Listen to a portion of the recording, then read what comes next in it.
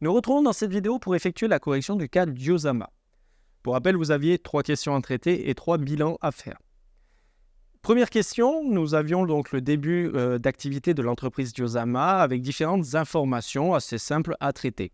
Donc, ils avaient acheté un terrain pour 60 000 €. Ah, d'accord. Donc, ça, bien évidemment, terrain, vous le savez, c'est un actif immobilisé. Donc, vous le mettez au niveau des immobilisations. Il y avait une construction d'un entrepôt pour 80 000 €. D'accord. Donc, là aussi, c'est pareil, en dessous du terrain, toujours dans les actifs immobilisés. Le matériel d'injection, au vu du montant, donc c'est une immobilisation. OK. Il dépasse 500 € hors taxe. Donc, il y aura un amortissement qui pourra être fait, mais plus tard, on le verra. Là, ce n'était pas le but de l'exercice. Ainsi que le matériel informatique, 10 000 €. Donc, il y a un total d'immobilisation, normalement que vous auriez dû trouver, de 240 000 €.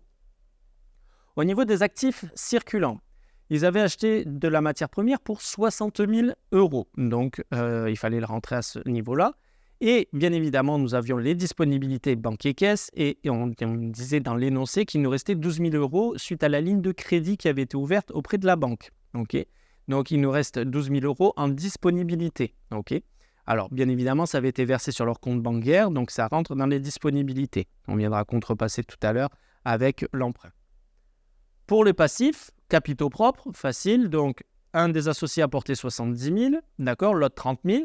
Donc, 70 plus 30 égale 100 000. Donc, ça représente le capital social de l'entreprise. Donc, le total des capitaux propres, 100 000 €.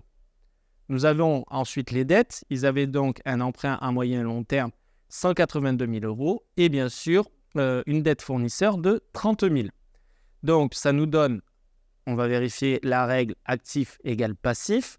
Donc, c'est bien le cas puisque nous avions un total d'actifs à 312 000 € et nous avons un total de passifs à 312 000 €. On va regarder maintenant le deuxième tableau. J'espère que ce premier tableau s'est bien passé puisque vous avez vu que l'exercice était en découlé, d'accord, en cascade, et que nous avions besoin des informations de ce premier tableau pour retraiter avec de nouvelles informations les deux tableaux suivants. Passons au deuxième tableau.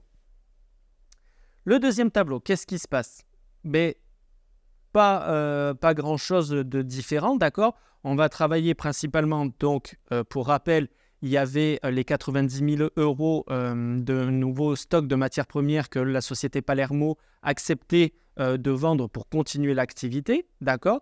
Donc, bien évidemment, il faut rajouter 90 000 € au sein de l'actif circulant stock de matières premières, donc qui passe de 60 000 à 150 000, 60 plus 90, 150 000.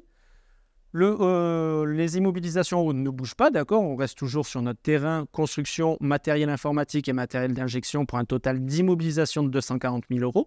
OK. Le reste, au niveau des disponibilités banque et caisse, ça ne bouge pas. On reste toujours à 12 000. OK. Par contre, on avait donc différentes choses puisque les capitaux propres, eux, vont bouger puisque la société Palermo demandait un effacement de la dette, mais une entrée au capital de la société. Donc, on avait un capital de société de base de 100 000 €. Il y avait 30 000 € donc, de dette fournisseur que la société Palermo va effacer, mais qu'il faut rentrer au capital. Et ensuite, il y avait bien évidemment, ils ne nous font pas cadeau du stock de matières premières qui nous ont vendu pour 90 000. Donc, il faut faire bien 100 000 plus 30 000, la dette fournisseur du premier achat chez Palermo, plus 90 000, le nouveau achat de stock de matières premières, donc pour porter le capital à 220 000 €. Bien évidemment, dans les dettes, on ne trouve plus de dette fournisseur puisqu'elle a été effacée et on ne retrouve plus qu'un emprunt à moyen et long terme de 182 000 €, la ligne de crédit ouverte à la banque. On vérifie si notre bilan est bon. On avait donc bien un actif à 402 000 €, un passif à 402 000 €, donc actif égale passif, notre bilan est bon. Au niveau du troisième cas, c'était Madame Tourelle qui rentrait à l'intérieur. Au niveau des informations, il y avait qui a apporté 60 000 €. D'accord. Donc, pour reprendre le bilan, donc on reprend le bilan, d'accord, du deuxième cas. OK, on se rebase par rapport au deuxième cas.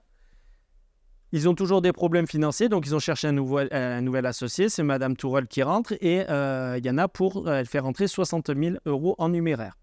La partie immobilisation ne bouge pas. D'accord, on reste toujours avec nos 240 000 €. Au niveau des actifs circulant, d'accord. Au niveau des stocks des matières premières, ça va nous permettre ces 60 000 euros d'augmenter, d'accord. Donc, on a vu que au niveau des actifs circulants, pardon, ça nous permet juste au niveau des disponibilités de rajouter de l'argent en banque, d'accord. Donc là, on ne touche à rien d'autre, d'accord. On passe de 12 000 à 72 000, 12 plus 60, 72 000 euros, d'accord. Et bien évidemment, au niveau du passif, ça a un impact puisque les capitaux propres, vu que Madame Tourelle rentre dans le capital, notre capital social va passer de 220 000 euros à 280 000 euros. 220 plus 60, d'accord. Un emprunt à moyen long terme, on ne touche pas, d'accord. Vérifions maintenant avec la règle actif égale passif. Si vous refaites vos calculs, vous devriez avoir un total actif à 462 000 euros pour un passif à 462 000 euros. Normalement, donc la règle est respectée, donc notre bilan est bon. Et j'espère que pour vous, tout est bon, les 3 tableaux sont bons, que cette correction vous a plu et que vous avez bien réussi cet exercice. En attendant, nous nous retrouverons à la prochaine vidéo.